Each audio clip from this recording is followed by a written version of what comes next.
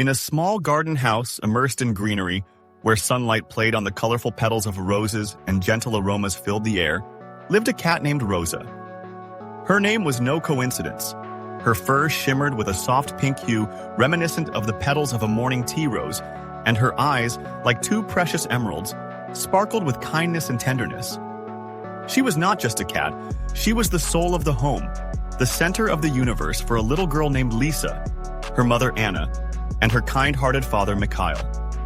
They found her as a tiny kitten, trembling with cold on the street, and brought her into their warm home, filling it with coziness and joy. Rosa instantly became an integral part of their lives. Her purring sounded like music, and her playful jumps and gentle touches were manifestations of pure love. Life in the house flowed steadily, like a leisurely stream where boats drift along from serene days. Mornings began with Rosa's purring as she gently nudged Anna's legs, demanding her share of affection and attention. During the day, she darted around the garden like a nimble sunbeam, catching butterflies and playing hide-and-seek with Lisa, hiding behind rose bushes. In the evening, curled up at Mikhail's feet, she enjoyed the tranquility and warmth of the family hearth. Anna, like a caring gardener, took care of Rosa, buying her the best food, vitamins, and toys. She monitored her health and always timely consulted Mark, their family veterinarian, a kind and attentive man who loved animals as much as they did. Everything seemed perfect, full of happiness and harmony, as if fate itself protected them from any misfortune. But, as often happens in life, even in the most idyllic garden, a shadow can lurk, foretelling a storm. The first signs of trouble appeared suddenly, like thunder in a clear sky. Rosa, always active and cheerful, suddenly became sluggish and apathetic. She refused to eat, her playfulness vanished, and her purring became quiet and weak, like a fading flower. Previously, she was like a little hurricane, running around the house, making everyone smile. But now she preferred to lie in her favorite armchair, ignoring Lisa's games. Anna's heart tightened with worry, as if a sad melody had suddenly sounded within it. She immediately called Mark, the veterinarian, who was always ready to help their family and their pets. Mark arrived quickly, his gaze filled with compassion and concern. He examined Rosa with special care and, shaking his head, delivered what they had feared. Rosa has a serious illness, possibly a viral infection. Her condition is critical, but we will fight. Mark's words sounded like a verdict. Heavy silence hung in the air, and Anna's eyes filled with tears. She understood that a difficult and exhausting battle for their beloved Rosa's life had begun. From that day, life in the house changed. It became like a battle where each day was a new front. All their efforts were directed at saving Rosa. Anna and Mikhail took turns staying by her side, giving her medications, watching her every breath. They put aside all their affairs to be with her, not leaving her even for a minute. Lisa stopped smiling, her cheerful laughter faded, and sadness settled in her eyes. She often approached Rosa, gently stroking her soft fur and whispering words of comfort into her ear. "Please get better, Rosie.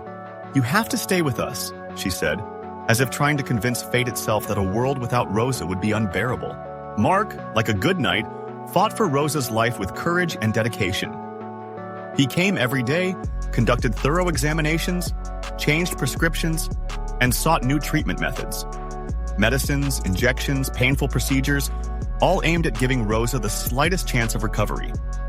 But the disease, like a treacherous and ruthless enemy, did not retreat.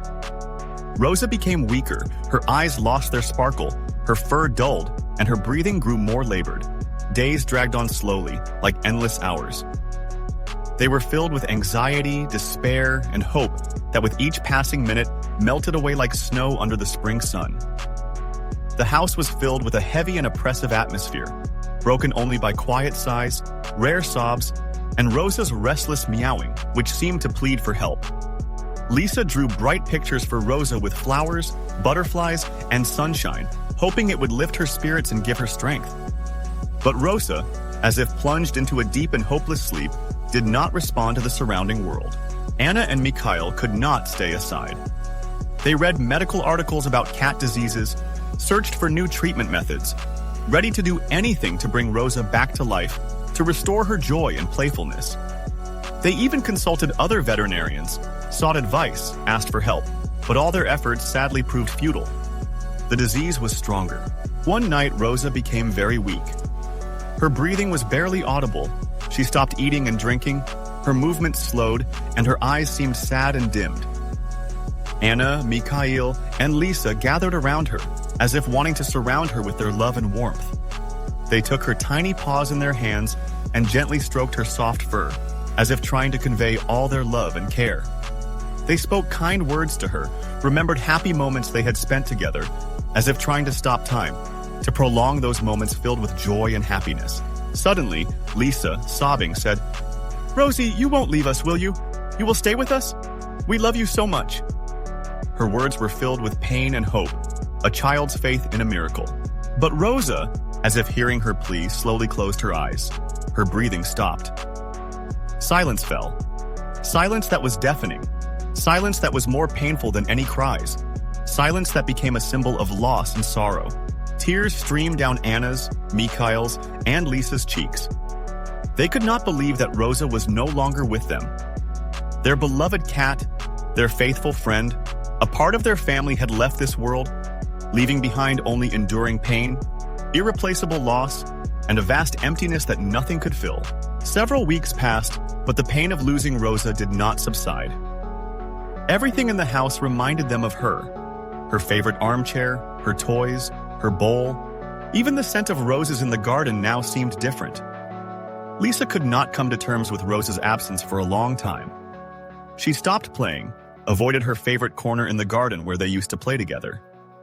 She drew her in all her pictures, wrote about her in her diary, as if trying to hold her image in her memory, as if trying to bring her back at least on paper. Anna and Mikhail tried to support Lisa, telling her that Rosa would always live in their hearts, that they would always remember her love, her tenderness, her purring, and her gentle gaze. They understood that losing Rosa was not just the loss of a pet, but the loss of a part of their lives, a part of their souls, a part of their family. Over time, the pain dulled, but never disappeared. A gentle sadness settled in their hearts, mixed with gratitude for the happy moments they spent with Rosa. They learned to live with memories of her, preserving them in their hearts like a precious relic. They realized that the love they felt for Rosa would never die, even if she was no longer by their side. The memory of her was the most valuable thing they had left, and that memory would live forever. And although Rosa was no longer with them, they knew she would always be near, in their thoughts, in their memories, in their love. Every time they watched the sunset, they remembered her, the little cat with pink fur and emerald-colored eyes, who taught them so much about love, life, loss, and that the most dear beings to the heart always remain with us, in our hearts and in our memories. She taught them to cherish every moment, every breath, every smile, every spark of love that filled their lives. She taught them that love, even lost, never dies. She taught them to cherish their loved ones and to be kinder to each other. She left them a legacy of love that would warm their hearts and light their life's path until the end of their days. And in the silence of the night, when everyone sleeps, they often remembered her and heard her gentle purring in their hearts as a reminder that love is eternal.